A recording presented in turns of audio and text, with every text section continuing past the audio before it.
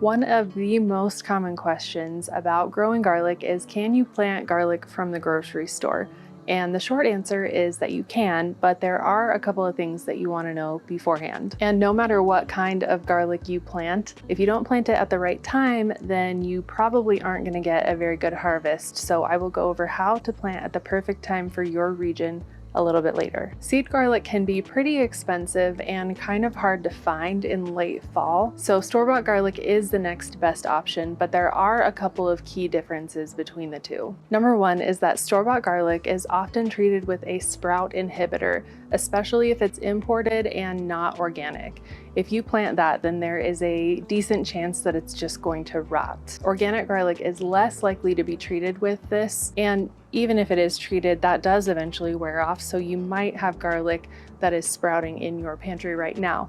But I will get into why you might not want to plant that in the fall when I talk about timing. Number two is that store-bought garlic might be low quality and old. Seed garlic is harvested, cured for 1 month, and then sent to vendors, and usually it's back in the ground within about 4 months of being harvested. Number three, commercial varieties might not be as tasty because they are bred to kind of balance transportation, storage, and flavor, where seed garlic, there's so many really amazing flavors that you can try. Number four is that it might be carrying plant diseases. In my state, I actually can't even order seed garlic from other states because they are concerned about something called white rot. And in some other regions, garlic bloat nematode is a really big concern. Number five is that the garlic at the grocery store might not be a variety that's gonna grow very well in your region. So let's talk about how to choose the best cloves for planting. There are two types of garlic. You've got hardneck and softneck. Hardneck garlic is generally better for colder regions because it has to have at least 6 weeks in cold but not freezing temperatures between 40 and 50 degrees Fahrenheit. They only have a 3 to 5 month shelf life, a more intense garlic flavor, and fewer but larger cloves. They also grow garlic scapes, which is technically the flower stalk, but people usually trim that off because one, it tastes delicious, and two, it allows that plant to focus on forming a bigger bulb. You can usually tell if it's hardneck garlic because there will be some of that stem left over. Softneck garlic does not require an intense cold period, and in fact it might not survive in areas with really intense winters. The garlic flavor is a little bit less intense, and you have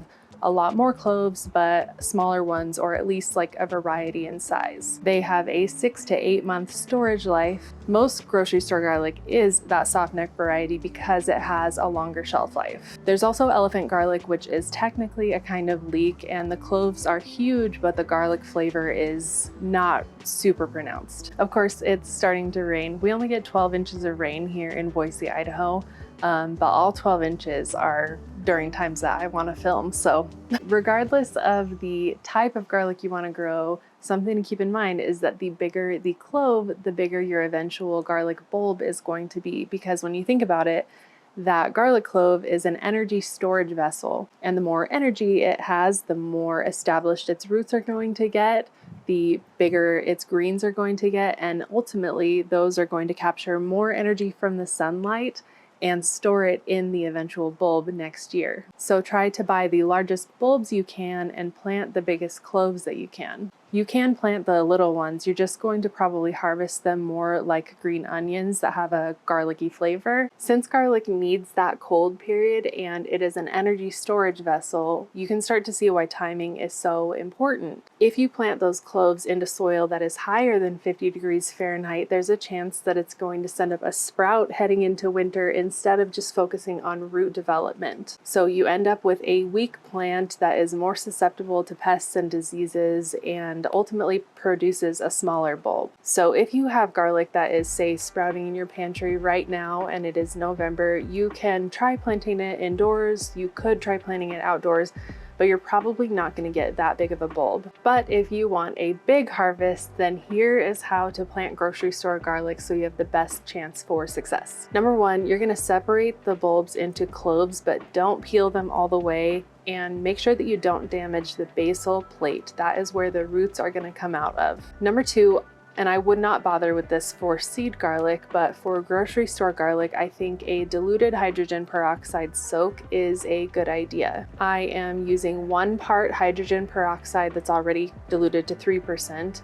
to 9 parts water, and I'm going to soak it for 1 hour. Hydrogen peroxide will at least kill any fungus or bacteria that is outside on the surface of the cloves, and that hydration will also help stimulate enzymes that are responsible for rooting. And on older cloves that have essentially been drying out for a while, I think that's beneficial. Plus, hydrogen peroxide will release oxygen as it breaks down, and I think that that could kind of help with the root development. After letting them soak, I am going to rinse them with regular water and let them dry for a day before I plant them out so that they don't rot. Step 3 is to plant them in a spot that gets at least 6 hours of sun, pointy side up, 3 to 4 inches down, and 6 to 8 inches apart. Generally speaking, the bigger the clove, the deeper you want to plant it within that range. So for example, elephant garlic, you're going to plant that a little bit deeper and give it a little bit more space. And like most plants, garlic is going to want soil that is rich in organic matter, drains well, in particular because any areas that stay waterlogged, your garlic is probably going to rot. If you have the space, I would try to plant garlic in a few different places just so that if disease does hit one area,